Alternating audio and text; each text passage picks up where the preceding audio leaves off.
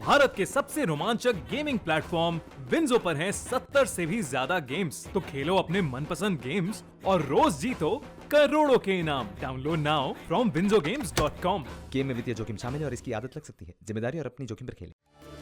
ગુજરાતમાં કોરોનાનું સંક્રમણ સતત વધી રહ્યું છે અને સૌથી વધારે ખરાબ પરિસ્થિતિ સુરત શહેરની છે, જ્યાં આગળ હોસ્પિટલોમાં બેડ અને વેન્ટિલેટર ખૂટી પડ્યા છે, તો બીજી તરફ સ્મશાનોમાં અંતિમ સંસ્કાર માટે લાંબી લાઈનો લાગી છે અને સ્થિતિની ગંભીરતાને સમજીને રાજ્યના મુખ્યમંત્રીથી લઈને તમામ અધિકારીઓનો જમાવડો સુરત શહેરમાં જોવા મળી રહ્યો છે।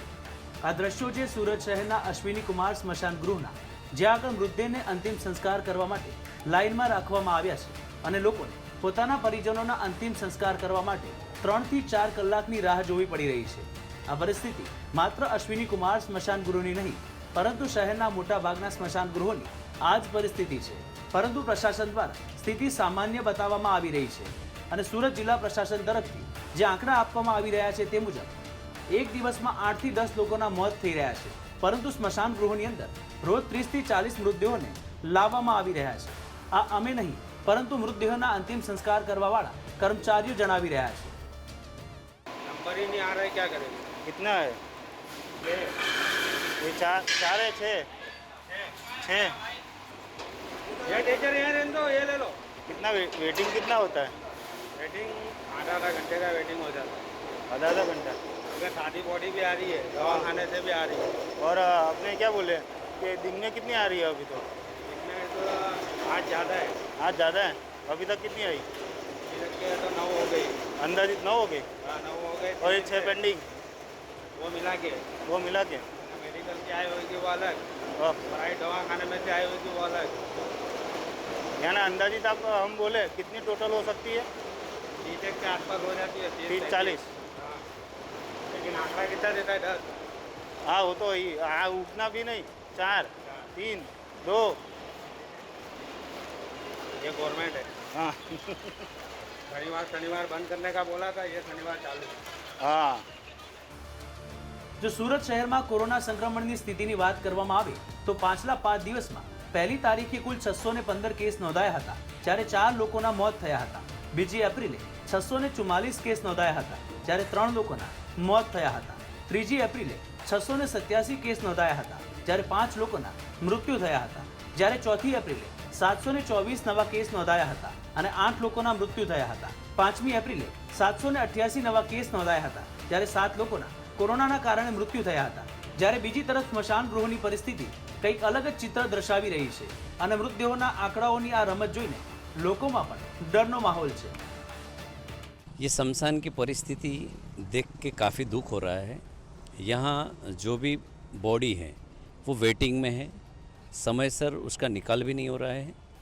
और इसमें सारी बॉडी कोविड की है ये नहीं कहते हम, लेकिन 15 से 20 बॉडी कोविड की आ रही है और दूसरी अन्य बीमारी से आ रही है। लेकिन ये सरकार पूरा आंकड़ा बता नहीं रही है और इसके कारण पब्लिक पैनिक हो रही है, दुखी हो रही है। सरकार को वास्तविक में जो भी है वो पारदर्शिता से बताना चाहिए ताकि पब्लिक दुखी ना हो। 3-3 4-4 घंटा लग जाता है, तो ये सिचुएशन देख के लोग बहुत दुखी हो रहे हैं कि भाई ऐसी क्या अचानक से सिचुएशन आ गई। तो जो ये आंकड़ों का खेल भी है ये भी सत्य सरकार नहीं बता रही है, तो ये बताना चाहिए। सरकारी हॉस्पिटल और स्मशाननी बहार एम्ब्युलन्स और शववाहिनीना आगमन सरकारी आंकड़ाओने खोटा साबित करवा माटे पूरता छे। रोज 700 થી 800 नवा केस आवी रह्या छे। वधुमां होस्पिटलमां बेड और वेन्टिलेटर पण खूटी पड्या छे। वधुमां सोमवारे वलसाडथी 32 वेन्टिलेटर पण मंगाववामां આવ્યા હતા અને જેમાં પણ વેન્ટિલેટરને કચરાની ગાડીમાં લાવવામાં આવ્યા હતા। सरकार आंकड़े नहीं छुपा रही, मगर हकीकत ये है कि कोरोना पॉजिटिव केस बहुत आ रहे हैं और ज़्यादा से ज़्यादा लोग हॉस्पिटल में भर्ती हो रहे हैं। और अभी क्या आंकड़े आए आज वो मुझे मालूम नहीं है। आज शाम को जो समीक्षा बैठेगी उसमें जो भी अधिकारी आते हैं वो अपना सबका अपना रिपोर्ट देंगे, तो उस हिसाब से हम आपको शाम को बताएंगे। नहीं, ऐसा नहीं है। शमशान में जो भी बॉडी आती है उसमें कोरोना पॉजिटिव कौन है और कौन दूसरे अलग रोग से आते हैं वो हमको मालूम नहीं है। और जैसे ही शमशान गृह से आंकड़ा आएंगे और जो डेथ सर्टिफिकेट होगा उसमें डेथ सर्टिफिकेट लिखा होगा कि कोरोना के हिसाब से उसकी डेथ हुई है, जैसे ही हमको आंकड़े मिल जाएंगे तो हम आपको बताएंगे। અને આખરે હવે મોડેથી રાજ્ય સરકારની આંખ ખુલી છે ત્યારે સુરત નિરીક્ષણ કરવા માટે મુખ્ય સ્વાસ્થ્ય સચિવ જયંતિ રવિ સહિતના અધિકારીઓ સુરત પહોંચી ગયા છે. વધુમાં ગુજરાત હાઈકોર્ટે રાજ્યમાં કોરોનાના સંક્રમણ પર રોક લગાવવા માટે લોકડાઉન લગાવવાની પણ વાત કહી હતી.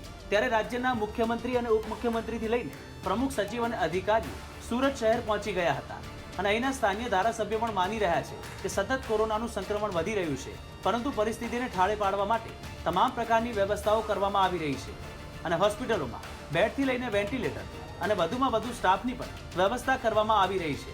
અને સ્થાનિક ધારાસભ્યોનું માનવામાં આવે તો તેઓ જણાવી રહ્યા છે કે આવશ્યકતા હશે તો લોકડાઉન પર પણ વિચાર કરવામાં આવશે. मैं ये मान रहा हूँ कि जो भी ज़रूरी कदम होंगे सब उठाए जाएंगे. ज़रूरत होगी तो आएगा.